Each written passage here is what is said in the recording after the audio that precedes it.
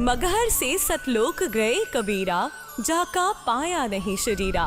सर्व सृष्टि रचनहार कबीर परमेश्वर जी के 507वें निर्वाण दिवस के उपलक्ष्य में दिनांक 6 से 8 फरवरी 2025 को नेपाल सहित भारत के 11 सतलोक आश्रमों में 3 दिवसीय महासमागम का आयोजन किया जा रहा है।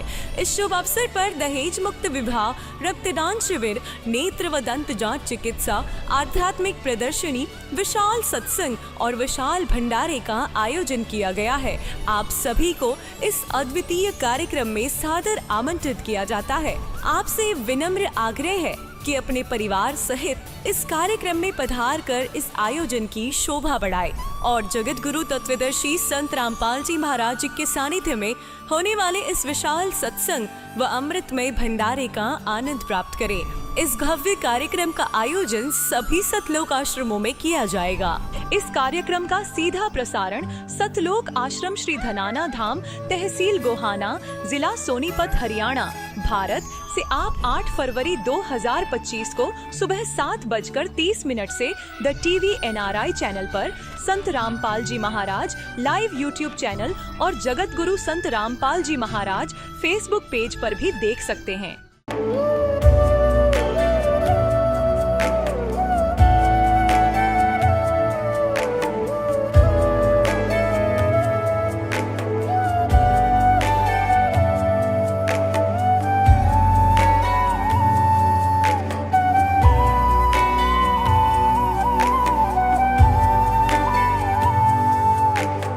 कौन ब्रह्मा का पिता है, कौन विष्णु की मां, शंकर का दादा कौन है, हमको दे बता।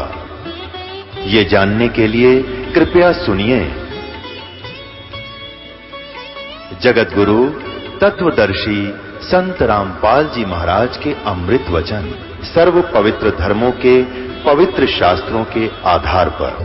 नमस्कार दर्शकों, आज हम आपको एक ऐसी बहन का अनुभव सुनाने जा रहे हैं जिसे सुनकर आप हैरान हो जाएंगे। दिल्ली की रहने वाली राधा जी की मां को जलन का रोग था, जिसका इलाज इनको कहीं भी नहीं मिल रहा था। राधा जी राधा स्वामी पंथ में बचपन से ही जुड़ी थी। राधा स्वामी पंथ की साधना से भी इनको कोई लाभ नहीं हो रहा था। राधा जी व इनके परिवार की किस्मत तब बदली जब इनके पूरे परिवार ने संत रामपाल जी महाराज की शरण ग्रहण की। राधा जी का कहना है कि संत रामपाल जी महाराज की शरण में आने के बाद इनको अद्वितीय लाभ मिले हैं। दर्शकों, आइए अब सुनते हैं राधा जी की कहानी, इनकी अपनी जुबानी। नमस्कार जी। नमस्कार सर। क्या नाम है बहन जी आपका? मेरा नाम राधा उपाध्याय है। राधा जी, आप कहाँ के रहने वाले हैं? सर, मैं खानपुर दिल्ली की रहने वाली हूँ। संत रामपाल जी महाराज से नाम दीक्षा आपने कब ली? सर, मैंने संत रामपाल जी महाराज जी से नाम दीक्षा 26 जून 2013 में ली थी।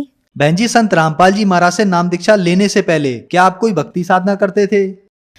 सर, मम्मी पापा राधा स्वामी डेरा ब्यास से जुड़े हुए थे और उन्होंने गुरविंदर सिंह ढिल्लों से नाम दीक्षा ली हुई थी, जिसकी वजह से हम बचपन से ही उन्हीं के साथ जाते थे। हम ब्यास भी जाते थे और छतरपुर में जब उनका भंडारा लगता था वहाँ पे भी जाते थे। तो बहन जी, आप राधा स्वामी डेरा ब्यास की भक्ति साधना अपने पेरेंट्स के साथ करते थे। बचपन से ही राधा स्वामी डेरा ब्यास के सत्संग को सुना आपने, तो जो ये भक्ति साधना आप करते थे, इनसे आपको क्या लाभ मिले? सर, जैसा कि मैंने बचपन से ही देखा है, पापा मम्मी राधा स्वामी का ही सिमरन करते थे, उन्हीं का दिया हुआ नाम जाप करते थे। उसके बावजूद हमारे घर का कलेश नहीं मिटता था। पापा को भी बहुत गुस्सा आता था और मम्मी को, जैसा कि बचपन से मैं देखती आई हूँ, मम्मी को एक जलन का रोग था जो कि काफ़ी जगह पे जिसका इलाज कराया, मगर वो अभी तक सही नहीं हुआ था उनके नाम जाप से। और भाई, एक मेरा भाई मेरे से भी बड़ा है, जो कि उनकी बात बिल्कुल नहीं मानता था। गुस्सा, वो भी, उसे भी बहुत गुस्सा आता था। फिर आप संत रामपाल जी महाराज की शरण में कैसे आए? सर, 2012 में सबसे पहले पापा ने नाम लिया। वो एक सैगल भगत जी हैं, वो भी राधा स्वामी में थे पहले, दोनों साथ ही जाते थे। एक दिन वो, उनका LIC का काम है, तो एक दिन जब वो LIC का काम पापा जी करा रहे थे उनसे, तो उन्होंने पहले हमारे यहाँ राधा स्वामी बोलते थे जब मिलते थे, मगर उस दिन उन्होंने सच्चाई बोला। तो पापा तो पहले ही 17 साल से उस राधा स्वामी में जुड़े हुए थे, उनको एक धक्का सा लगा। उन्होंने बोला सच्चाई मतलब, तो उन्होंने समझाया कि देखो, मैं भी राधा स्वामी में जुड़ा था, राधा स्वामी पंथ ही गलत है, राधा स्वामी का मतलब भी हमें ढंग से नहीं पता है, और वो जो नाम दीक्षा लेते हैं वो कहीं शास्त्रों में भी नहीं लिखा है। तो पापा को इस बात का बहुत झटका लगा, बुरा बहुत लगा, मगर उन्होंने सुनते गए। वो एक दिन चले गए। फिर एक दिन और सैगल भगत जी आए और उन्होंने जो संत रामपाल जी महाराज जी की आध्यात्मिक ज्ञान गंगा है उसको लेकर आए और गीता भी लाए, और साथ साथ सब कुछ दिखाया कि देखो ये 5 मंत्र है, और जो राधा स्वामी देते हैं उसका कहीं भी प्रमाण नहीं है। तो पापा जी को हैरानी तो हुई, मगर गुस्सा भी आ रहा था, क्योंकि 17 साल से जुड़े हुए थे। वो सुनते गए। फिर धीरे धीरे उन्होंने बोला चलो एक बार जाके देखते हैं, नाम नहीं लेंगे, देखते हैं क्या है। फिर वहां पर गए पापा जी, संत रामपाल जी महाराज जी के आश्रम में गए, सतलोक आश्रम बरवाला में गए। फिर उस दिन पापा जी संत रामपाल जी महाराज जी से नाम दीक्षा लेकर घर पर आ गए। उन्होंने कुछ बुक भी लाए, ज्ञान गंगा बुक लाए, और हमें समझाया कि देखो उनका सत्संग आता है, एक बार देख कर देखो। तो हम तो बचपन से ही राधा स्वामी को देखते हुए आए थे, हमें भी बुरा लगा। मगर उस दिन जब पापा जी ने संत रामपाल जी महाराज जी का सत्संग चलाया साधना टीवी पर, तो उस दिन हम सब ने देखा मिलकर। बस उस दिन हमने ऐसे ही देखा कि ये कौन से गुरुजी हैं, हमने उनका सत्संग सुना उस दिन। फिर ऐसे चलता गया। 1 साल बाद हम पूरे परिवार ने उनका सत्संग ले लिया, संत रामपाल जी महाराज जी से नाम दीक्षा ले ली। इस तरह हम उनकी शरण में आए। बहन जी, हमने संत रामपाल जी महाराज के लाखों शिष्यों से सुना है कि संत रामपाल जी महाराज से नाम दीक्षा लेने के बाद उन्हें आध्यात्मिक, शारीरिक, मानसिक अनुभव होते हैं। तो क्या आपकी फैमिली के साथ भी ऐसे कोई अनुभव हैं? जी सर, बिल्कुल है। सबसे पहले तो हमने पापा में बदलाव देखा। पापा पहले बहुत गुस्सा करते थे। संत रामपाल जी महाराज जैसे नाम दीक्षा लेने के बाद उनका गुस्सा अपने आप ही शांत हो गया। ये चीज़ मैं ही नहीं, हमारा पूरा खानदान ये बात कहता है। और सर मैंने बचपन से देखा था, मेरी मम्मी को जो जलन का रोग था, जो कहीं भी सही नहीं हो रहा था, वो एक बार गुरुजी को, संत रामपाल जी महाराज जी को दंडवत प्रणाम करके अरदास लगाकर ही सही हो गया। इससे बड़ा चमत्कार शायद मैंने कभी नहीं देखा था। उसके बाद हमारे घर की आर्थिक स्थिति बीच में थोड़ी ख़राब हो गई। जब मेरे पापा जी ने एक मकान बनाना स्टार्ट किया, उस टाइम पैसे नहीं थे हमारे पास, मगर पापा जी ने बस गुरुजी का नाम लिया और भक्ति करते गए जो उन्होंने दिया, और मन में अरदास की संत रामपाल जी महाराज जी से। तो वो देखते ही देखते कब एक मंजिल से दूसरी मंजिल, दूसरे मंजिल से तीसरी मंजिल के पैसे अपने आप ही बंदोबस्त होते चले गए। ये चीज़ मतलब वो मकान बनकर तैयार हो गया और हमें पता भी नहीं चला उसके पैसे कहाँ से और कब आए। उसके बाद सर मेरी अपनी पढ़ाई, सर मैं 9th में, आप मेरा रिजल्ट देखेंगे तो 9th में मेरी 70% बन रही थी और मैं पढ़ाई में भी इतनी अच्छी नहीं थी। मगर संत रामपाल जी महाराज जी से नाम दीक्षा लेने के बाद 10th में मेरा कोई ट्यूशन टीचर भी नहीं था। इनफैक्ट बस 1 महीने में कोई भैया थे मेरे, उन्होंने मुझे गाइड किया बस 1 महीने। और संत रामपाल जी महाराज जी की नाम दीक्षा से मेरी कंसंट्रेशन पावर अपना आप ही इतनी स्ट्रांग हो गई, अपना आप ही मैं अच्छे रास्ते पे आ गई, मुझे पता ही नहीं चला। और मेरी 10th में 9.2 CGPA आई। ये चीज़ मेरे लिए तो बहुत शॉकिंग थी, मुझे विश्वास भी नहीं हुआ कि मेरे नंबर है। सर उसके बाद मेरी 12th में मेरा डिप्रेशन था कि मैं कंप्यूटर साइंस नहीं कर सकती कभी भी, कि मतलब फोबिया था मुझे कंप्यूटर से। मगर संत रामपाल जी महाराज जी से एक बार मैंने दंडवत प्रणाम किया और अरदास लगाई, मालिक मैं क्या करूं, 12th में क्या लूं। तो एकदम से मुझे ऐसा लगा कि मुझे कंप्यूटर लेनी चाहिए, परमात्मा सब कुछ कर सकते हैं, तो ये तो बहुत छोटी सी बात है। उस दिन मैंने कंप्यूटर्स एप्लीकेशन चुना, CA। उसके बाद सर मेरी 12th में भी 86 सबसे हाईएस्ट मार्क्स कंप्यूटर्स में ही थे और मेरा ये फोबिया अपने आप दूर हो गया। सर इसके बाद 12th के बाद मेरी साइंस साइड थी, मगर मुझे कॉमर्स में इंटरेस्ट था बाद में, तो मैं चाहती थी कॉमर्स में जाऊं, मगर सर मुझे कॉमर्स की बिल्कुल भी नॉलेज नहीं थी। तो सर कुरुक्षेत्र यूनिवर्सिटी में 1 हफ्ते का टाइम था, वहाँ पे मुझे पता चला कि फॉर्म लास्ट है। 1 हफ्ते के टाइम में मैंने एंट्रेंस की तैयारी की, वो हुई भी नहीं सर, होएगी भी नहीं 1 हफ्ते में। सर वो एंड टाइम पे जब मैंने एग्ज़ाम दिया तो उस टाइम सतसाहिब लिखा और मालिक से अरदास की, मालिक आप तो सब कुछ कर सकते हो, ये तो कुछ भी नहीं है, आप मेरे गलत आंसर भी सही कर सकते हो। और मैंने पापा जी से आके भी कहा था, पापा जी अगर मेरा इसमें एडमिशन होगा तो मेरे बलबूते पे नहीं, संत रामपाल जी महाराज जी की वजह से ही होगा, नहीं तो मेरे अंदर इतना नहीं कि मैं वो एंट्रेंस क्लियर कर दूँ। सर उसके बाद ठीक 2 दिन बाद ही वो रिजल्ट आया और ऑल ऑफ इंडिया में बस 3 ही बच्चे चुने जाने थे, बाकी सारी हरियाणा को प्रेफरेंस थी। ऑल इंडिया में दिल्ली टॉप पे मेरा नाम था, बहुत अच्छी रैंक के साथ था। तो सर ये तो मेरी ज़िंदगी के लिए मेरे लिए सबसे बड़ा चमत्कार था। बाकी सर आए दिन तो चमत्कार होते ही रहते हैं, बहुत होते हैं। जैसे कि सर अभी मैं BBA कर रही हूँ, BBA फाइनल ईयर में हूँ, अभी मेरी 2nd ईयर में मैंने टॉप किया है, जो कि मैं कभी सोच भी नहीं सकती थी कि BBA करते वक्त और मैं टॉप करूँगी। ये तो सर मेरे लिए तो चमत्कार ही है। बहन जी, संत रामपाल जी महाराज से नाम दीक्षा लेने के बाद आपकी फैमिली में बहुत बड़ा बदलाव आया और उसके साथ साथ आपकी माता जी की जो जलन की बीमारी थी वो भी संत रामपाल जी महाराज से नाम दीक्षा लेने के बाद ठीक हो गई। आप खुद बताती हैं कि आप पढ़ाई में बहुत ज्यादा कमजोर थी, लेकिन संत रामपाल जी महाराज से नाम दीक्षा लेने के बाद आपने एंट्रेंस भी टॉप किए और उसके अलावा आपकी जो क्लास की स्टडी थी उसमें भी आपने टॉप किया। तो जो श्रद्धालु आपको सुन रहे हैं, आप उन्हें क्या संदेश देना चाहेंगी? सर, हमारी कबीर साहिब जी की एक वाणी है, मानो जन्म दुर्लभ है मिले न बारंबार, जैसे तरवर से पत्थर टूट गिरे बहुर न लागे डार। सर, मैं यही कहना चाहूँगी कि जिस तरह मुझे पता चला कि मानव जन्म इम्पॉर्टेंट है, कि आप भी हमारे गुरु जी की शरण में आओ, सद्भक्ति करो, शास्त्रों का ज्ञान लो। इससे अच्छा ज्ञान तो आपको मिल ही नहीं सकता। आजकल आप एजुकेटेड हो। मेरे हाथ जोड़कर आप सबसे प्रार्थना है कि आप संत रामपाल जी महाराज जी की शरण में आओ, नाम दीक्षा लो और अपना मनुष्य जीवन को कल्याण कराओ। बहन जी, संत रामपाल जी महाराज से नाम दीक्षा कैसे ले सकते हैं? सर, संत रामपाल जी महाराज जी के अनेकों चैनलों पर सत्संग आते हैं, जिसके नीचे एक पीली पट्टी आती है, उस पर कई नंबर लिखे हुए हैं। अगर आप उनको कांटेक्ट करेंगे तो वो आपके पास के नामदान स्थल का एड्रेस आपको बताएंगे और आप वहां जाकर आप संत रामपाल जी महाराज जी से नाम दीक्षा ले सकते हैं। धन्यवाद बहन जी। धन्यवाद सर। अब जगत गुरु तत्वदर्शी संत रामपाल जी महाराज जी के सत्संग के माध्यम से उस अद्वितीय आध्यात्मिक ज्ञान के बारे में जानते हैं जिसके माध्यम से आप भी प्राप्त कर सकते हैं ऐसे आध्यात्मिक, मानसिक और भौतिक सुख जो अभी तक आपने सिर्फ मीराबाई, ध्रुव, प्रहलाद जैसे कुछ ही भक्तों की जीवन कथा में सुने होंगे। अब सुनिए तत्वदर्शी संत के संग शास्त्र अनुकूल भक्ति सत्संग, ऐसा अद्वितीय आध्यात्मिक ज्ञान जिसका है सर्वधर्मों के पवित्र शास्त्रों में प्रमाण। कहीं से भी इसने किसी क्षेत्र से, पृथ्वी के किसी कोने से भी इंस्ट्रूमेंट किसी भी अपने बच्चे से बनवाया, ये गॉड गिवन माइंड है। मानुष जीव सत्र का ये नहीं बना सकता। ये इसलिए बनवाया दाता ने, पहले आपको शिक्षित किया। अब इस दास का जन्म 1951 में हुआ, तब तक शिक्षा का कोई नामो निशान नहीं था। इक्का दुक्का की तो पढ़ा करता कोई, और उसके बाद एकदम बाढ़ सी आ गई। इतने आकर्षित हुए, कारण कुछ भी बिना, चाहे रोजी रोटी के लिए सबने डिवोट कर दिए अपने बालक।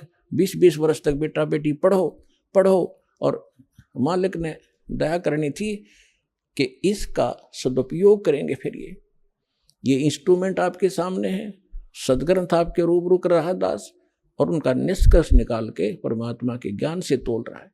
तो इस मानुष जीवन का मूल उद्देश्य यही है कि आप भक्ति करके यहाँ से पीछा छुटवाओ, और जिस परिवार को आप सुखी और धनी देखना चाहते हो वो भी भगवान से ही हुआ करता है। भगवान आपको दोनों काम करेगा, यहाँ भी सुख देगा और मोक्ष भी मिलेगा। अब ऐसा कौन अनजान होगा जो इस अवसर ने चूकेगा? अब सभी इस बात को स्वीकार करेंगे।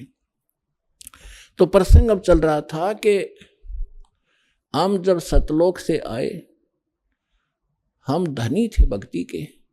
इस काल भगवान ने अपने ऊपर रेस्टोरेंट बना रखे हैं, स्वर्ग, महास्वर्ग। प्रत्येक जो भी देव है उन देवों के अपने लोक हैं अलग से, जैसे विष्णु लोक, शिव जी का लोक, ब्रह्मा जी का लोक और गणेश जी का लोक, ऐसे। तो वहाँ इन्होंने अपने रेस्टोरेंट बना रखे हैं। वहाँ जो विष्णु जी का पुजारी वहाँ जाएगा, उसने जितने पुण्य किए हैं, भक्ति की है भगवान की, तो उसका टैक्स लेगा वो उस रेस्टोरेंट में 10%, किसी ने 20% उसकी पुण्य कमाई से, और वहाँ सब सुविधाएं उनको देंगे जैसे होटल में होता है। पैसे उसी के होंगे, खर्च पुण्य उसी के होंगे। उन पुण्यों से भी 10-20% वो ये देवता हम आपसे टैक्स लिया करते हैं। और जब आपकी वहाँ पूंजी समाप्त हो जाएगी, पुण्य समाप्त होती है, आपको 84 लाख योनियों में गधे कुत्ते जो भी संस्कार वश है वहाँ भेज दिया जाएगा। और अब हम जो सतलोक कैसे जाएंगे, हमारी भक्ति शास्त्र अनुकूल ना होने से हमारे पूर्व जन्म के जो संस्कार थे वो सतयुग, त्रेता, द्वापर में अक्षीण हो गए। अब चौथा युग जब कलयुग आ गया, अब इसमें आप देख रहे हो कोई प्राणी सुखी नहीं है, कोई भी सुखी नहीं है। चाहे ऊपर तो आपने कितना चिकना चोपड़ा दिखता हो और चाहे प्रधानमंत्री दिखाई देता, उसको चैन सपने में नहीं है। कोई ना कोई ऐसी टेंशन उसके घर करी हुई है कि वो बता भी नहीं सकता किसी को। तो इसलिए परमात्मा को ये मालूम था कि जब इनके पुण्य क्षीण हो जाएंगे तब इनकी आंखें खुलेंगी। ये वो भक्ति भी करके छक लेंगे, उन संतों के पास भी भटक कर छक लेंगे जिनको ये संत मानते, और फिर भी ये ज्यों के त्यों रहेंगे, तब हमारे दास के पास आएंगे।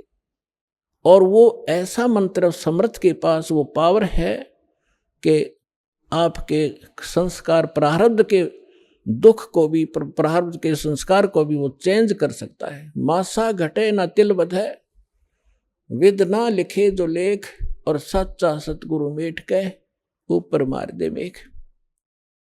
अब सतगुरु ना मिलने से भेड़ पूछ को पंडित पकड़े बादो नदी बिहंगा, गरीब दास वो भवजल डूबे जिनको नहीं साध सत्संगा।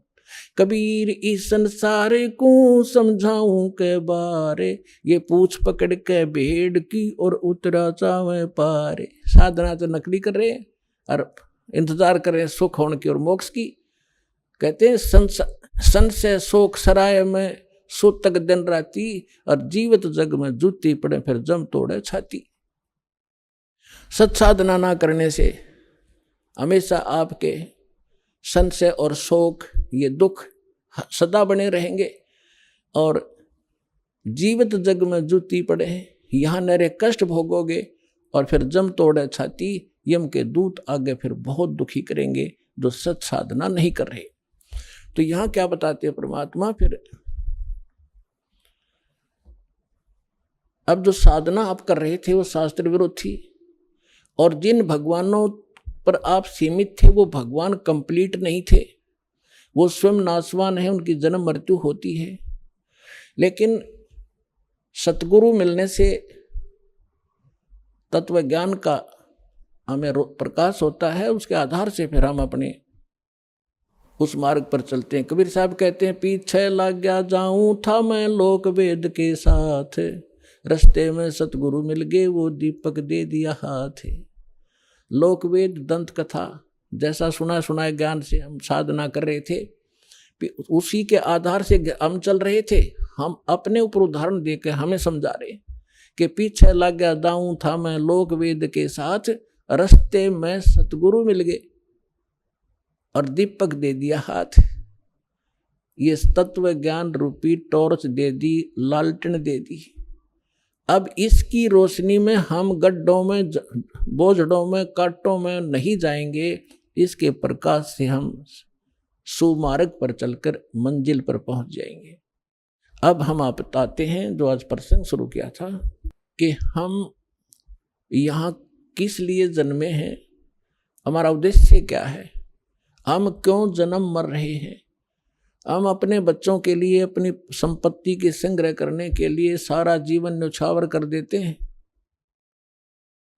और हमारे सामने या तो कोई बच्चे की मृत्यु हो जाती है या स्वयं ही हम चले जाते हैं।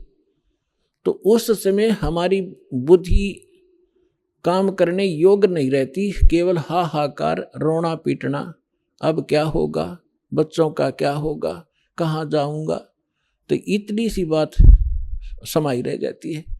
तो यहाँ परमात्मा हमें याद दिलाते हैं कि अब आपको एक विकल्प दिया जा रहा है कि आप ये साधना करो जो शास्त्र अनुकूल है, और शास्त्र अनुकूल साधना इस दास के अतिरिक्त इस विश्व में नहीं है। कुछ दिनों में पुदिमान हो, आपके रूबरू सारा ज्ञान होगा।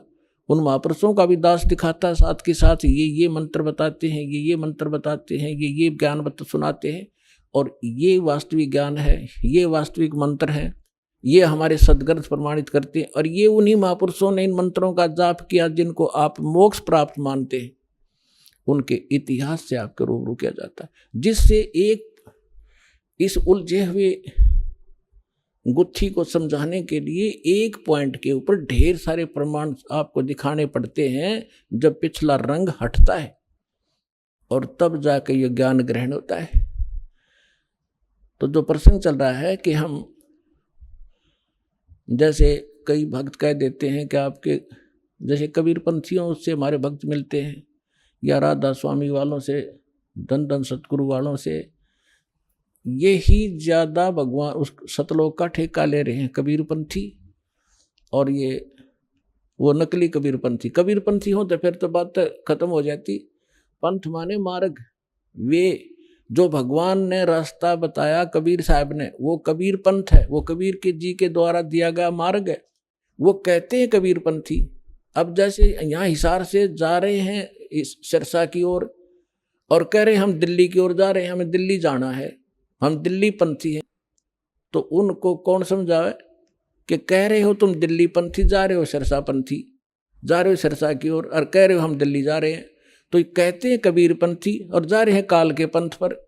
तो वो परमात्मा वाला ज्ञान नहीं और वो सत भक्ति नहीं, तो वो कबीर पंथी नहीं है। वैसे अब इनका छाप लगी कबीर पंथ की, जो कहना पड़ा है उनको समझाने के लिए कि वो व्यक्ति हैं जो गलत साधना करें।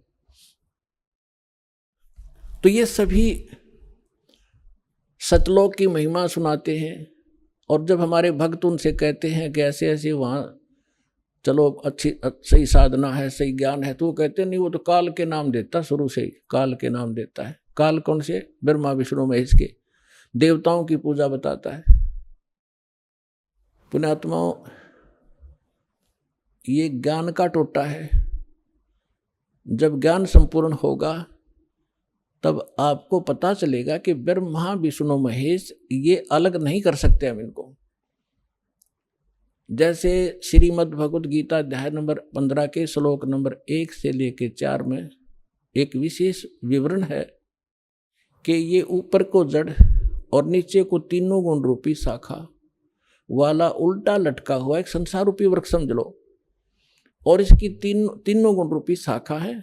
इतना गीता ज्ञानदाता केवल इतना नॉलेज रखता है कि ऊपर ने तो जड़ समझो, और जड़ वो दृढ़ है, वो अविनाशी पोर्शन है जो मूल है इस संसार रूपी वृक्ष का, और उस मूल मालिक है जो जड़ है, उसी से सबको, उसी का वो सभी का धारण पोषण भी वही करता है, क्योंकि पूरे वृक्ष को, पेड़ को जड़ से ही आहार प्राप्त होता है, खुराक मिलती है। गीता अध्याय नंबर 15 के श्लोक नंबर 16 और 17 में 3 पुरुष बताए, सरपुरुष, अक्षर पुरुष, और 17वें श्लोक में कहा कि उत्तम पुरुष है तो अन्य, सरपुरुष और अक्षर पुरुष से कोई और है उत्तम पुरुष, श्रेष्ठ भगवान, और वही तीनों लोकों में प्रवेश करके सबका धारण पोषण करता है। अब इन 2 श्लोकों का लिंक अब उन प्रथम के 4 श्लोकों से है 15वें अध्याय के। तो इसमें बताया कि उल्टा लटका एक संसार रूपी वृक्ष है, और जो तत्वदर्शी संत की पहचान बताई है कि जो इस संसार रूपी वृक्ष के सभी विभागों को भिन्न भिन्न बता देगा, सवेदवित, वो तत्वदर्शी संत है। चौथे अध्याय के 34वें श्लोक में जो तत्वदर्शी संत के विषय में कहा है कि उसकी शरण में जा, उससे पूछ, वो उसकी पहचान बता दी कि उल्टे लटके संसार रूपी वृक्ष के सभी पार्ट्स बता देगा, सवेदवित, वो तत्वदर्शी संत है। तो 600 वर्ष पहले परमात्मा स्वयं आए थे, और गीता अध्याय नंबर 4 के श्लोक नंबर 32 में जो कहा है कि वो सच्चिदानंद घन ब्रह्म अपने मुख कमल से अमृतवाणी बोलता है, वो तत्व ज्ञान है, वो निष्कर्ष है सारे अध्यात्म का, और वो तत्वदर्शी संत के ही पास होगा और मिलेगा नहीं तुझे। तो यहाँ परमात्मा ने 600 वर्ष पहले उस तत्वदर्शी संत की भूमिका, जैसी उनकी लीला है वो किया ही करते हैं। जैसा दास ने अभी वेदों के प्रमाण आपको बताए थे, रेफरेंस बताए थे, उनमें यही लिखा हुआ कि परमात्मा ऊपर रहता, ऊपर के लोक में, सतलोक में, वहां से चल कर आता सह शरीर, और यहाँ 3 प्रकार से के सतिथि से हमारा धारण पोषण करता है। एक तो आपको बता सतलोक में रहता है, जब उसको वहां तो उनका शरीर बहुत तेजों में होता है, करोड़ सूर्य मिला दे, करोड़ चंद्रमा एक रोमकूप की उनकी शोभा होती, इतना तेज है। दूसरा, प्रत्येक युग में शिशु रूप धारण करके आते हैं, और एक जल कमल के ऊपर, यानी कमल तो जल में ही होता है, सरोवर में आकर वो अपना निवास कर लेते, शिशु रूप धारण करते हैं, वहां से निसंतान दंपत्ति उठा ले जाते हैं, और उनके परवरिश की लीला कुंवारी गायों से होती है। ये तो है प्रथम। फिर धीरे धीरे बड़े होते हैं तो बचपन से ही वो अपनी महिमा अपने मुख कमल से, लोकोक्तियों के माध्यम से, दोहों के माध्यम से, शब्दावलियों के माध्यम से वो ज्ञान प्रचार करते हैं, कवियों की तरह आचरण करते हैं, लोग उनको कवि भी कहने लग जाते हैं। एक प्रसिद्ध कवियों में से भी एक होते हैं वो, लेकिन वो होते हैं परमात्मा। अब तीसरी स्थिति वो बताई है कि वो तीसरी स्थिति में वो कभी भी कहीं भी किसी को संत रूप में महापुरुष के रूप में आकर दर्शन देते हैं, उनको ज्ञान सुनाते हैं, अपने से परिचित कराते हैं। तो तीसरी तिथि वाले महापुरुषों में से दास आपको बहुत बार बताते हैं, आदरणीय धर्मदास साहिब जी को मिले, आदरणीय मुल्कदास साहिब जी को मिले, आदरणीय नानक देव साहिब जी को मिले, आदरणीय दादू साहिब जी को मिले, आदरणीय मुल्कदास साहिब जी को मिले, आदरणीय गरीबदास साहिब जी गांव छुरानी जिला झज्जर हरियाणा वाले को मिले, आदरणीय घीसा दास साहिब जी गांव खेखड़ा जिला बागपुर हो गए उत्तर प्रदेश वाले को मिले, आदरणीय रामानंद जी स्वामी रामानंद जी ब्राह्मण थे 104 साल के, जो परमात्मा उस दूसरी टाइप की लीला कर रहे थे, शिशु रूप धारण करके 5 वर्ष की आयु में लीला कर रहे थे। 104 वर्ष के ब्राह्मण को सब वेदों और गीता से पराजित कर दिया था। तब उस महापुरुष ने परमात्मा की शरण ली थी, उनको सचखंड लेकर गए थे। इन सभी महापुरुषों को अपने से परिचित कराया था कि मैं कौन हूं, जो तुम्हारे वेद बताते हैं मैं वही हूं, और मैं ऊपर रहता हूं, वहां से चल कर आता हूं और यहां ज्ञान देता हूं। तब उन महापुरुषों ने स्वयं देखा सचखंड में जाकर, फिर वापस छोड़ा उनको। तब रामानंद जी ने कहा था, तुम साहेब तुम संत हो, तुम सतगुरु तुम हंस, और गरीबदास तेरे रूप बिना और न तुझा अंश। तुम ही साहेब हो, तुम ही सतगुरु हो। साहेब तो भगवान हो ही, आप सच्चा ज्ञान देने वाले सतगुरु भी आप ही हो।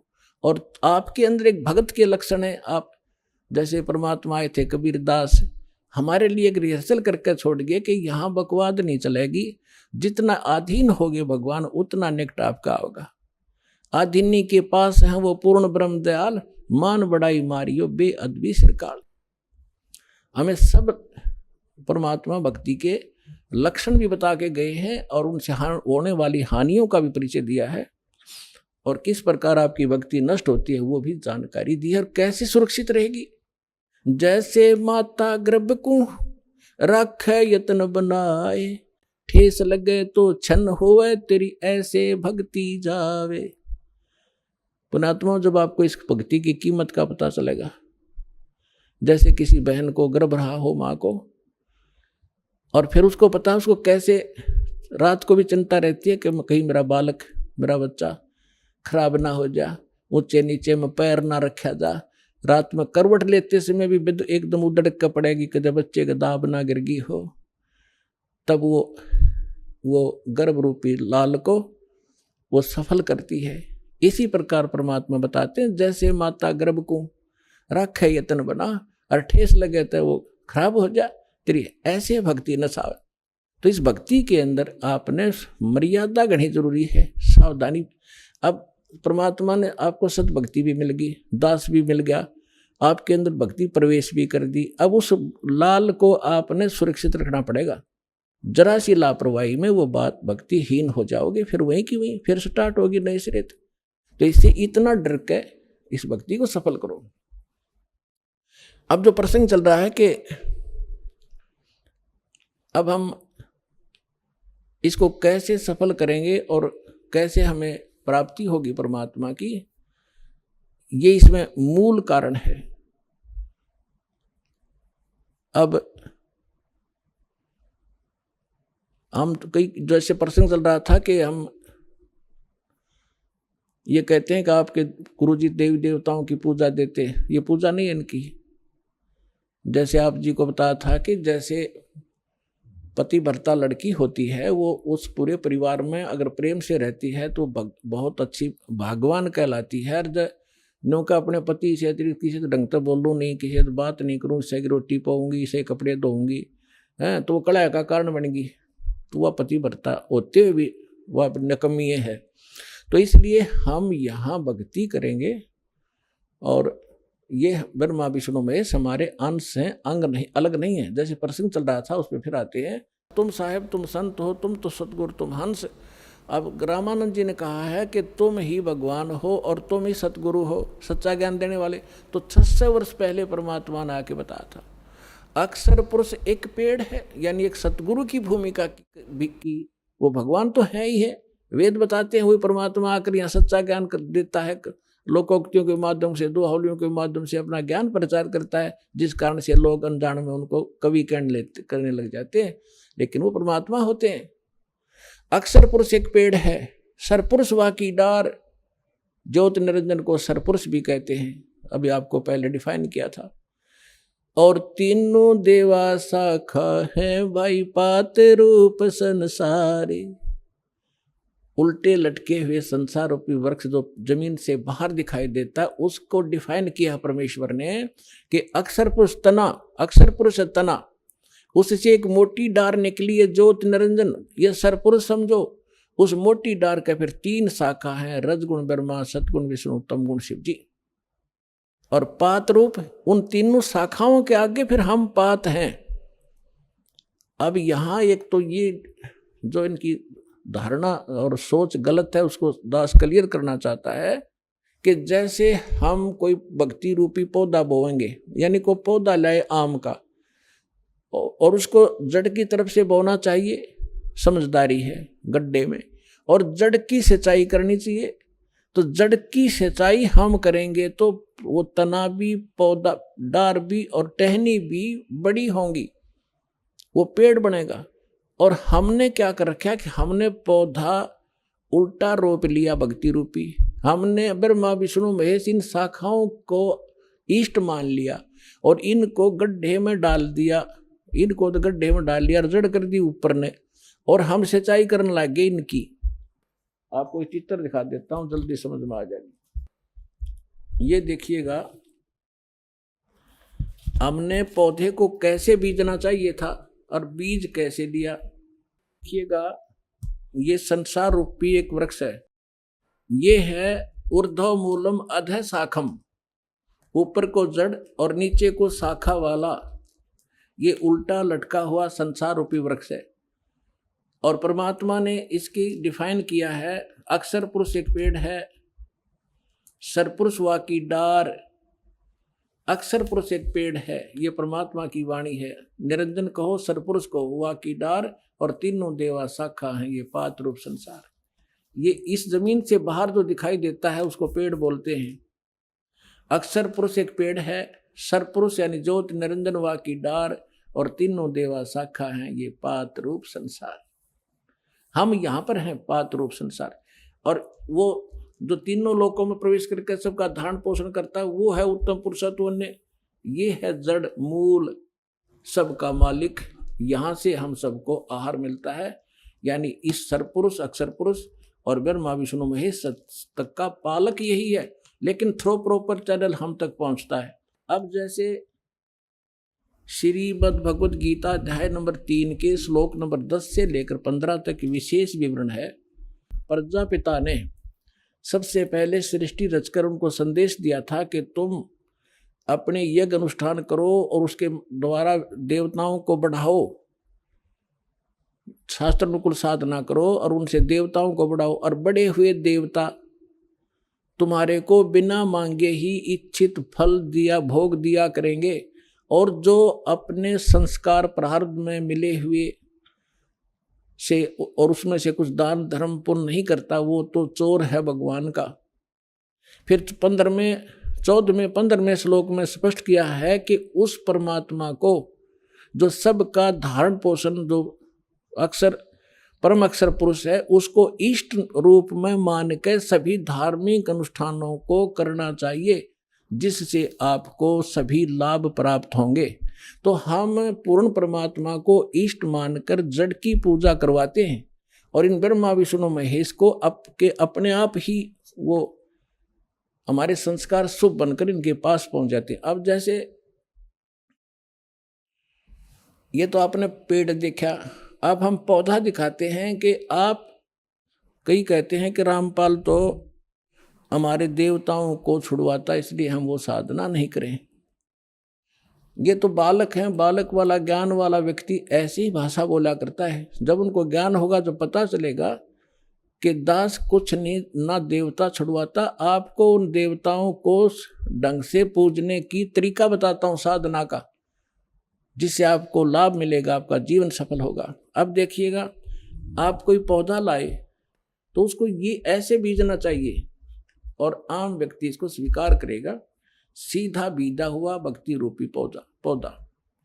अब ये मूल है, पूर्ण परमात्मा अक्षर पुरुष जड़ है, इसको गमले में या गड्ढे में लगाया और सिंचाई की, सत भक्ति की, तो इस जड़ से फिर ये सभी देवता, ये तीनों देवा शाखा, ये बड़े हुए, पेड़ बन गया। पेड़ बनकर फिर फल इनका लगेगा टहनियों पर, माँ विष्णु महेश को।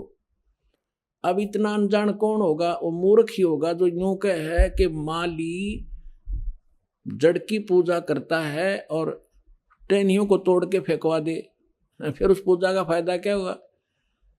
टहनियों के ही तो फल लगेंगे। ये ब्रह्मा विष्णु महेश ही आपके शुभ संस्कार अशुभ संस्कार जैसे भी होंगे यही देंगे आपको, ये कंट्रोलर है यहाँ के। और जब हम शास्त्र अनुकूल साधना करेंगे तुम्हारे सारे शुभ ही शुभ होंगे और वो जाएंगे इनके पास, ये फिर आपको देंगे। जैसे जड़ की पूजा की ये एग्जाम्पल है, ये उदाहरण है कि जड़ की पूजा करने से वो फलों का फिर फल टहनियों के फल लगेंगे और वो फल अपने आप लगेंगे, वो टहनियों के बस की नहीं। यानी आपके शुभ संस्कार होंगे तो ब्रह्मा विष्णु महेश आपको देंगे ही देंगे, चाहे आप कितना बैठे हो, चाहे जंगल में बैठे हो वहां भी जाकर देंगे आपको। ये इनका कर्तव्य बना है। अब आप कैसे कर रहे हो और दास क्या करवाना चाहता है ये देखिएगा। आप ऐसे कर रहे हो, आपने क्या किया है? भक्ति रूपी पौधा यानी साधना शास्त्र विरुद्ध कर रखी है।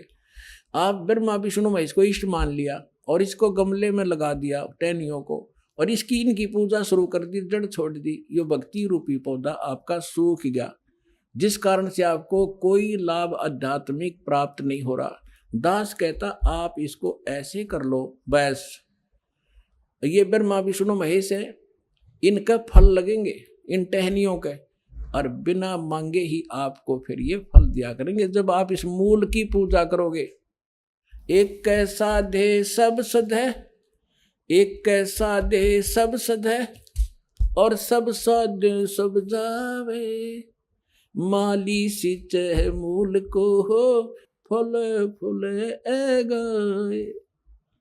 इतनी सी बात है, और ये हमारा शास्त्र अनुकूल ज्ञान है और शास्त्र अनुकूल साधना है। प्राप्त करो और अपना कल्याण कराओ।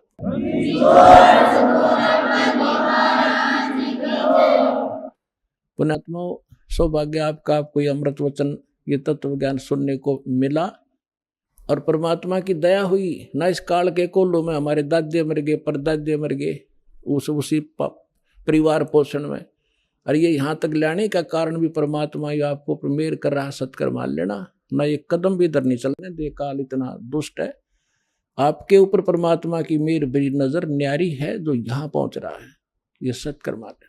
तो इसलिए पूरा ज्ञान सुनो, आपके हृदय में जो मैल है सारा साफ होगा, भगवान विराजमान होगा, सारे काम ठीक होंगे, आपका रोग कटेगा, आपको धन मिलेगा और मोक्ष मिलेगा, सतलोक चलेंगे, फिर जहाज में बैठकर चलोगे।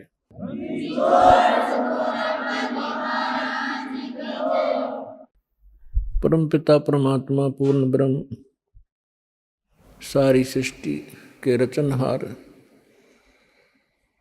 सारी सृष्टि के मालिक, कुल धनी कुल के मालिक कबीर परमेश्वर जी की असीम रजा से आप सभी पुण्यात्माएं परमेश्वर की महिमा सुनने के लिए उपस्थित हुए। आपका सौभाग्य है, आपको ऐसे समय में मानुष शरीर प्राप्त है, और उससे भी अच्छी किस्मत आपकी है कि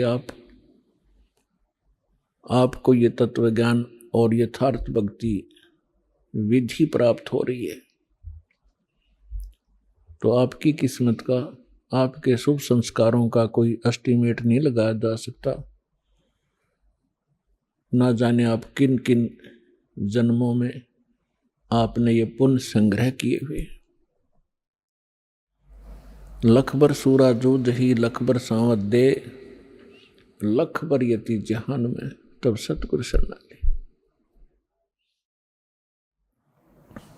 तो आप ऐसी महान आत्माएं किसी न किसी युग में रहे हो। आपने परमात्मा के लिए बड़े बड़े सैक्रिफाइस किए हैं, आपने राज भी त्यागे हैं, आपने बहुत बड़ी कुर्बानियां दी हैं, तब आज आपको ये शुभ समय प्राप्त हुआ है। धन्य है आपके माता पिता जिनसे जन्म हुआ। परम पिता परमात्मा की असीम रजा से आप यहाँ पहुँचे हो।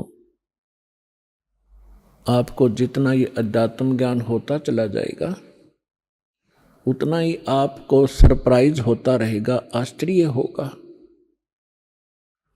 कि सचमुच सहज में भगवान मिल गए, सहज में वो ज्ञान मिल गया जिसको ऋषि महर्षि नहीं प्राप्त कर सके। ब्रह्मा विष्णु महेश को भी वो ज्ञान प्राप्त नहीं हुआ जो आज आपको भगवान ने प्राप्त करा दिया और सहज में करा दिया। अब जो कमी रहेगी तो आपकी रहेगी। तो इसके विषय में परमात्मा कहते हैं स्वयं ही कि समझा है तो सिर दर पाओ और बहुर नीरे ऐसा दाओ। यदि आपको ये ज्ञान समझ में आ गया कि हम कहाँ रह रहे हैं और किस उद्देश्य से हम जी रहे हैं और हमने करना क्या चाहिए था, हम कर क्या रहे हैं, तो अब सिर पे पैर रख लो। सिर पे पैर रखना बहुत तेज दौड़ना किसी आपातकाल स्थिति में कहीं कहीं पैर टिका कर व्यक्ति के। तो अब आपको ऐसा समय मिला है कि इस समय रहते रहते आप अपना कर्म बना गए तो मोक्ष प्राप्त हो जाएगा, सदा के लिए झंझट मिट जाएगा। आप इस लोक में रह रहे हो, आपके बच्चे आपको कितने प्रिय हैं, आपके माता पिता आपको कितने प्रिय हैं, आपके पति पत्नी भाई बहन आपको कितने प्रिय हैं। आजीवन आप जिस संपत्ति को संग्रह करने में लगाते हो आपको कितनी प्रिय है, उसके लिए ना जाने कितने झगड़े कर देते हैं, लड़ाई कर लेते हैं, मुकदमे कर देते हैं। तो ये कितनी अच्छी वस्तु है जिसको आप इतना लगाव रखते हो, तो और फिर ये तुरंत छोड़ देनी पड़ती है, मृत्यु हो जाती है। ये क्या कारण है? जब आपका ये कारण समझ में आओगा तब आपकी रुचि बनेगी परमात्मा के पाने में और सतलोक जाने की।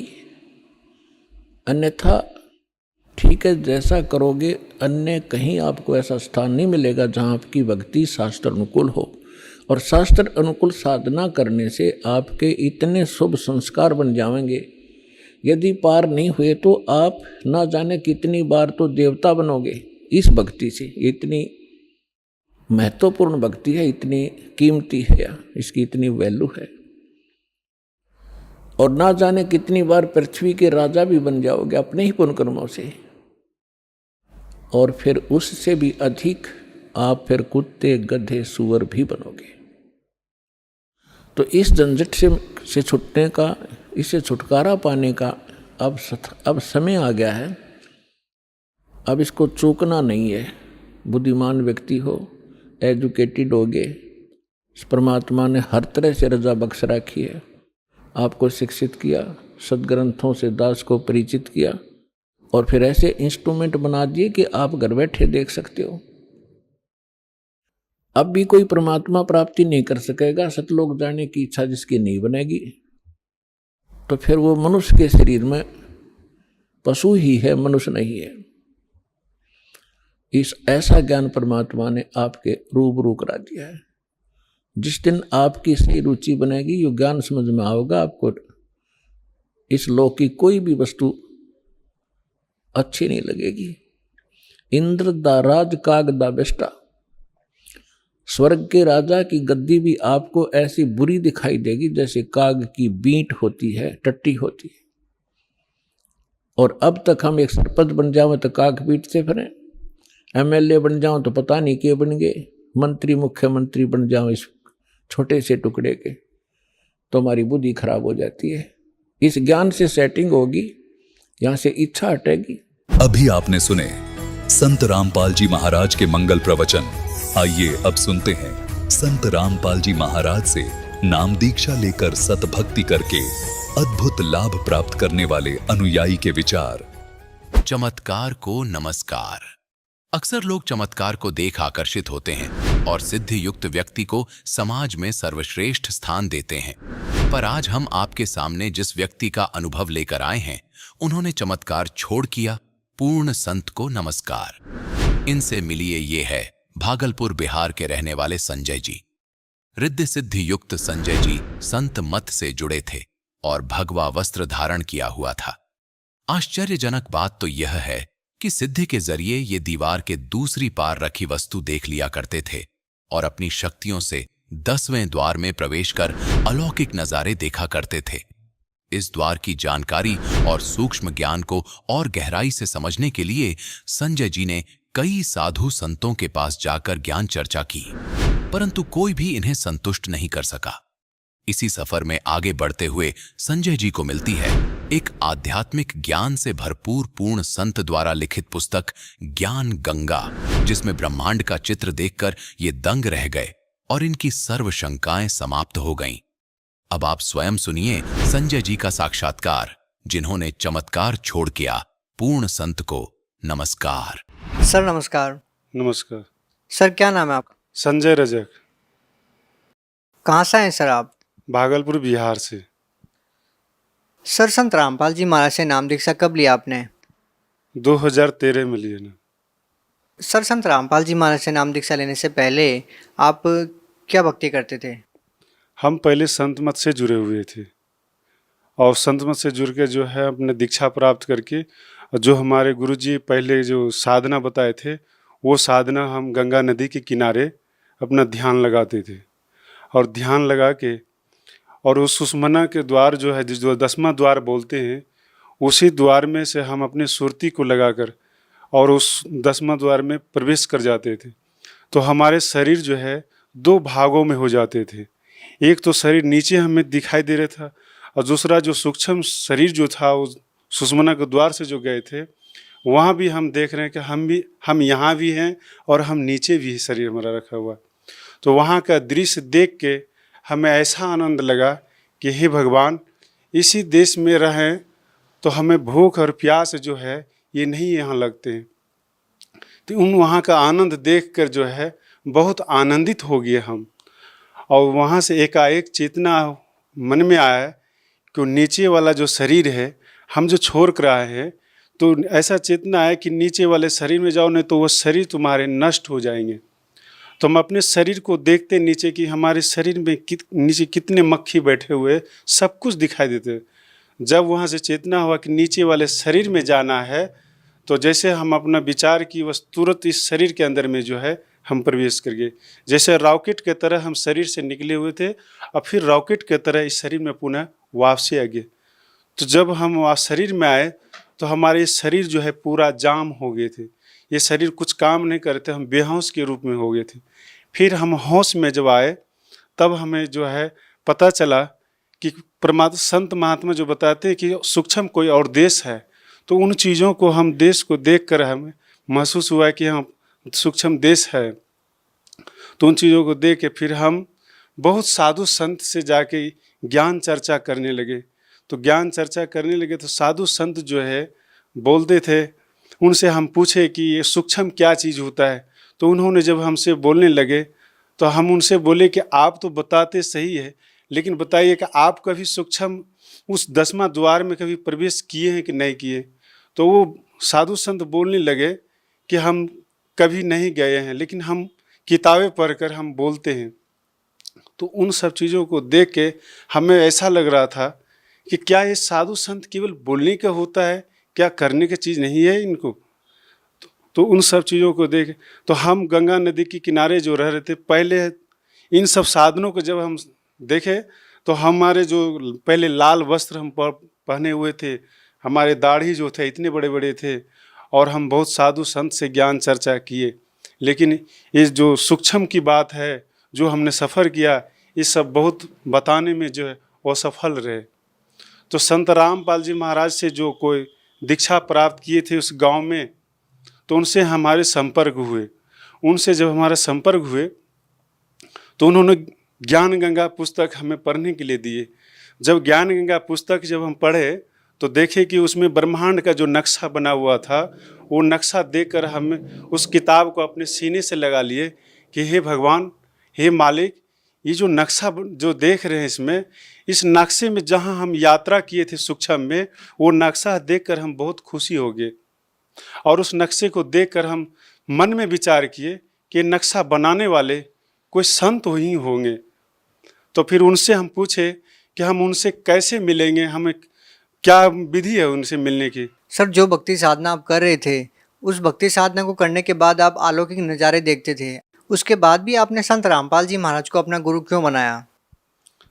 संत रामपाल जी महाराज को गुरु इसलिए बनाए कि संत रामपाल जी महाराज जी जो भी भक्ति बताते हैं, सतलोक की भक्ति बताते हैं, और जो ब्रह्मांड का जो चित्र बना हुआ है उस चित्र को देखकर जो है हम लोग की बहुत खुशी है। फिर हम संत रामपाल जी महाराज की शरण में जब हम गए तो वहाँ पर जो है पहले बोले कि आप पहले दीक्षा लेना होगा, तब फिर संत रामपाल जी महाराज जी के आपको मिलने का समय दिया जाएगा। तो जो हम वहाँ पर जब लाइन में जब पहुँचे वहाँ पे, तो गुरु जी जब सबके सिर पर हाथ रख आशीर्वाद देते थे, तो जिस समय हमारे सिर पर हाथ रखे उसी समय हमें संत रामपाल जी महाराज जी पहचान में आ गए कि ये है कौन। इस समाज के नज़र में जो लोग इनको कहते हैं, तो जैसे सोना को सोनार ही पहचान सकता है, लेकिन सोना को चमार नहीं पहचान सकता है। तो उन चीज़ों को देख के हमें तब फिर गुरुजी हमसे पूछे कि जो हमने सूक्ष्म में जाकर अपना अनुभव किए थे, साधना किए थे, जो शरीर को समाधि लगा देते थे, उन सब चीज़ों को जब बोलने लगे, पूछने लगे, तो हम जो बोल रहे थे तो गुरुजी हंस रहे थे। गुरुजी हंस रहे थे, सब कुछ बताए संत रामपाल जी महाराज जी। तो बोलने लगे कि बेटा ये तुम्हारे जो है ये पिछले जन्म का सब कुछ किया हुआ था, इस समय तुमने कुछ नहीं किया था। जो तुम्हें संकेत दे दिया वो भी वहाँ तक की साधना नहीं कर पाया है, लेकिन तुम्हें बता दिया है, ठीक है। लेकिन हमारे नियम और मर्यादा में रहना और अपना भक्ति करना। तो जो हमारा लाल कपड़ा पहना हुआ था, दाढ़ी था, तो इन सब चीज़ों के भी बात रखे कि हमारे लाल कपड़े हैं, दाढ़ी हैं। तो गुरुजी बोले कि बेटा हमें तुम्हारे कपड़े से और दाढ़ी से लेना देना नहीं है, हमें उस सतलोक जो है, सतलोक की भक्ति हम करवा के और सतलोक हम तुम्हें ले जाएंगे। सर संत रामपाल जी महाराज की शरण में आने से पहले आप भगवा कपड़े पहनते थे, बड़ी बड़ी दाढ़ी आप रखते थे। उसके बाद जब आप संत रामपाल जी महाराज की शरण में आ गए तो सर आज आप साधारण वेशभूषा में हैं। सर ऐसा क्यों? देखिए हमको इसलिए ऐसा लग रहा है कि साधु बनना जैसे कि किसी का दान कर लेना पैसा, चंदे का पैसा लेकर खाना, ये जीवन बिताना, ये हमें ये चीज़ों को जानकारी नहीं था। लेकिन हम साधु सन्यासी बनकर सिद्धि तो प्राप्त कर लिए, लेकिन परमात्मा तक हम नहीं पहुंच पाए और परमात्मा तक हम नहीं पहुंच। तो वो साधु सन्यासी का जीवन हम जब ज्ञान हमें मालूम हुआ तो हम सोचे कि जब दूसरे का अनाज, दूसरे का पैसा लेगा, दूसरे का ये सब काम करे, तो जो हमारी भक्ति पुण्य है सब उन्हीं के पास चले जाएंगे, फिर हमारे पास बचेंगे कैसे? तो वो जब वो कोई सेवा कर रहे हैं तो वो तो हमारे कर्ज हो जाएंगे। तो जब कर्ज हो जाएंगे तो फिर उसका कर्ज चुकाने के लिए हमें जन्म लेना पड़ेगा, फिर हमारे मोक्ष कहाँ से होगा? सर जैसा कि आपने सिद्धियों की बात की, सर यदि आपसे जानना चाहेंगे तो आपके पास क्या सिद्धियाँ थी? हमारे पास सिद्धि ऐसा था कि हम कोई अगर ये कह दे कि दीवार के अंदर उस पार में क्या चीज़ रखा हुआ है, तो उस चीज़ों को हम एक नज़र से देखते देखते उस दीवार के उस पार को हम चीज़ को देखने लग जाते कि उस पार में क्या रखा हुआ है। सर देखिए ये आश्चर्यजनक बात है, विश्वास नहीं होता कि ऐसा भी हो सकता है। सर क्या ये वास्तव में सच है कि आप सिद्धि के द्वारा दीवार के आर पार देख के बता सकते थे कि दीवार के पीछे क्या वस्तु है? हाँ, बता सकते थे। अब किसी को अगर किसी प्रकार की शंका हो तो वो हमसे मोबाइल नंबर ले और हमसे आके मिले, हमसे बातचीत करे, हम बातचीत करने के लिए हमेशा तैयार है। सर देखिए बड़ी आश्चर्यजनक बात यह है कि जहाँ लोग सिद्धियों को मानते हैं, उसकी पूजा करते हैं, वहीं दूसरी ओर आपके पास सिद्धि होते हुए भी आपने संत रामपाल जी महाराज से नाम दीक्षा ली। ये कितनी विचित्र बात है कि एक तरफ जिस संत से नाम दीक्षा ली उस संत को लोग पहचानने में अभी देरी कर रहे हैं और दूसरी तरफ आप हैं। ऐसे संतों को लोग ज़्यादा तवज्जो देते हैं, ये सोचते हैं कि सिद्धि ही परमात्मा है, लेकिन आप कह रहे हैं कि सिद्धियाँ ही परमात्मा नहीं है, परमात्मा पाना कुछ और चीज़ है। देखिए अगर पूर्ण संत से अगर उनको ज्ञान और भक्ति मिल जाए तो कहते पूर्ण संत से मिलेंगे तो उनका पूर्ण मोक्ष हो जाएंगे। लेकिन कोई भी अगर आज सिद्धि के बल पर, जैसे सिद्धि क्या चीज़ है कि सिद्धि एक अहंकार का चीज़ बन जाता है। जैसे अभिमान की चीज़ बनता है, जैसे किसी को कोई पोस्ट मिल जाता है, वो पोस्ट का अहंकार हो जाता है। लेकिन वास्तविक चीज़ ये है कि परमात्मा के लिए अहंकार और पोस्ट और यह सिद्धि नहीं, उनके अंदर का जो प्रेम है, जो प्यास है, जो तरफ है, वो तरफ होना चाहिए। अगर वो तरफ नहीं है तो समझ लीजिए उसके पास कुछ भी नहीं है। सर, आप उन लोगों के लिए अपने आप में एक बहुत बड़ा जवाब हैं जो लोग ये कहते हैं कि संत रामपाल जी महाराज कोई चमत्कार करके दिखाए। जब चमत्कार करने वाले ही संत रामपाल जी महाराज किसी से बनने लग जाएंगे तो फिर लोगों के पास सवाल क्या रहेंगे? क्योंकि लोग कहते हैं कि चमत्कार को नमस्कार, लेकिन आप कह रहे हैं कि पूर्ण संत को नमस्कार। सर, इस बारे में आप क्या कहना चाहेंगे? देखिए, चमत्कार से क्या होता है कि चमत्कार से तो मोक्ष नहीं होता है, लेकिन ये है कि जैसे मान लिया कि हमको परमात्मा चाहिए तो परमात्मा के लिए जो है वो तरफ होना चाहिए। ये सिद्धि, ये चमत्कार, ये जो कुछ भी है, ये भक्ति मार्ग में जो है एक बाधक होता है। इस बाधक में उलझ जाता है, उलझने के बाद जो है वो जो भक्ति जो है उसका सफल नहीं हो पाता है। सर, जैसा कि लोग संतों के पास इसलिए जाते हैं कि उनको शारीरिक लाभ मिले, मानसिक लाभ मिले या आध्यात्मिक लाभ मिले, आपने संत रामपाल जी महाराज जी को गुरु क्यों बनाया? संत रामपाल जी महाराज को हम गुरु इसलिए बनाए कि हम बहुत साधु संतों के पास भटक भटक के अपना जीवन हमने बहुत खो चुका, जो कि आज हमसे बहुत सीनियर, बहुत साधु, जो कि 500 के ग्रुप में रहने वाले हम साधु थे, जो कि वो उस ग्रुप के लोगों ने कहते थे कि जो हमारे जो सिद्धि शक्ति है वो 500 के ग्रुप में नहीं थे, वो 500 ने ही हम ही को सर्वश्रेष्ठ मानते थे। लेकिन वो 500 ने ये आज भी समझ रहे हैं कि ये आखिर संत रामपाल जी के शरण में क्यों गए। ये हमसे पूछा गया तो हम उनको बताए। बात ये ऐसा है कि हम संत रामपाल जी महाराज के शरण में इसलिए गए हैं कि जो संत रामपाल जी महाराज जो भक्ति बताते हैं, जो साधना बताते हैं, जो नियम बताते हैं, वो है बहुत संतों के पास में नहीं है, बहुत संतों के पास नहीं है जो संत रामपाल जी महाराज। और संत रामपाल जी महाराज को जो आज कोई भी इनको साधारण मानते हैं, ये साधारण नहीं है, यह समझ लीजिए कि पूर्ण परमात्मा है। क्योंकि परमात्मा को वही पहचान सकता है जिनका आत्मा परमात्मा के लिए तरफ होता है, और जिनकी आत्मा में तरफ नहीं है वो परमात्मा को नहीं पहचान सकता। सर, कितनी विचित्र बात है ना कि आपके पास सिद्धियां होते हुए भी उन सिद्धियों का इस्तेमाल न करके आप संत रामपाल जी महाराज की शरण में गए। सर, लाखों में एक दो ही ऐसे लोग होते हैं जिनके पास सिद्धियां होती है, जो चमत्कार कर सकते हैं, उसके बावजूद वो अपनी सिद्धियों का इस्तेमाल न करके, चमत्कार न करके, केवल भक्ति प्राप्त करने के लिए, भगवान प्राप्त करने के लिए संतों की शरण में जाते हैं, जैसा कि आप गए और आपने संत रामपाल जी महाराज को अपना गुरु बना लिया। यदि आप जिस तरह से आप बहुत ही साधारण वेशभूषा में हैं, आपको देखकर बिल्कुल ऐसा नहीं लगता कि आप चमत्कार करते होंगे, कोई आपके पास रिद्धि सिद्धि रही होंगी।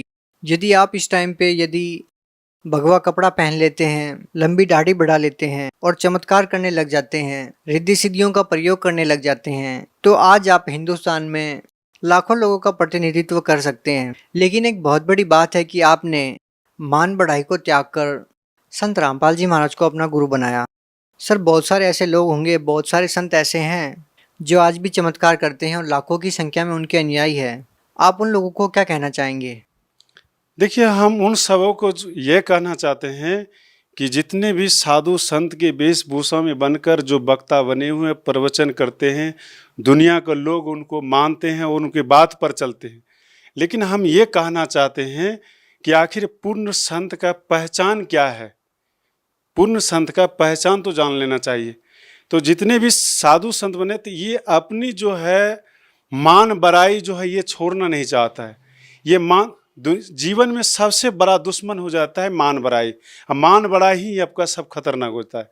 तो ये जितने भी साधु संत बने हुए हैं तो ये इन्होंने अपनी संख्या बढ़ाकर जो है अपनी पदवी बनाकर जो है हम लोग के समाज में जो है गुमड़ा बनाकर बैठे हुए हैं।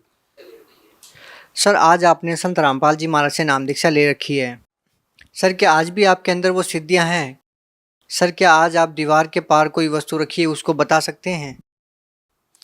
नहीं, संत रामपाल जी महाराज जी की शरण में जब से हम दीक्षा प्राप्त किए हैं तो गुरु जी हमारे सिर पर हाथ रखकर इस पे बैंड लगा दिए कि बेटा जो तुमने पहले जितनी भी सिद्धि जो भी कुछ किया है सो किया से आज के बाद ये नहीं करना है। तो हमने हाथ जोड़कर गुरुजी से प्रार्थना की कि गुरुजी आज के बाद हम कोई सिद्धि का प्रयोग नहीं करेंगे। गुरुजी वचन दिए कि बेटा अगर तुम कोई भी सिद्धि का प्रयोग करोगे तो तुम सतलोक नहीं जा पाओगे, इसलिए हम वचन दिए गुरुजी अब कभी भी हम कोई सिद्धि का प्रयोग नहीं करेंगे, क्योंकि सिद्धि का प्रयोग करने से उनका पुण्य छीन होता है। सर, आप भगत समाज को क्या संदेश देना चाहेंगे? भगत समाज से हम ये संदेश देना चाहते हैं कि जो भी कोई भी पंथ में इधर उधर कहीं भी भटक रहे हैं तो ये आपका जो है समय आ गया है, तो आप जो है इधर उधर ना भटके और आप संत रामपाल जी महाराज के शरण में जो टीवी चैनल पर जो प्रोग्राम आते हैं उस चैनल पर प्रोग्राम में जो मोबाइल नंबर रहता है उस मोबाइल नंबर से बात कीजिए, जो जहाँ से भी है उनको दीक्षा प्राप्त हो जाएगी। बहुत बहुत धन्यवाद।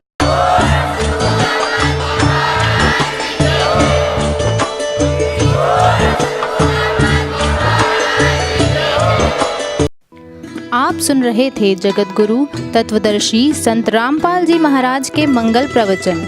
अधिक जानकारी के लिए संपर्क करें।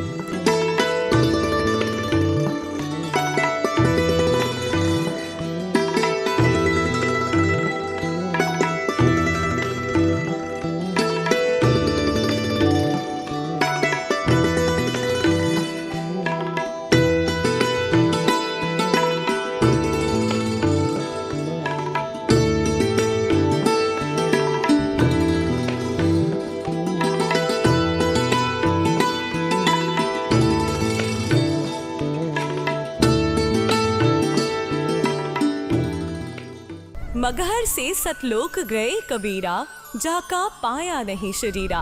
सर्व सृष्टि रचनहार कबीर परमेश्वर जी के 507वें निर्वाण दिवस के उपलक्ष्य में दिनांक 6 से 8 फरवरी 2025 को नेपाल सहित भारत के 11 सतलोक आश्रमों में 3 दिवसीय महासमागम का आयोजन किया जा रहा है।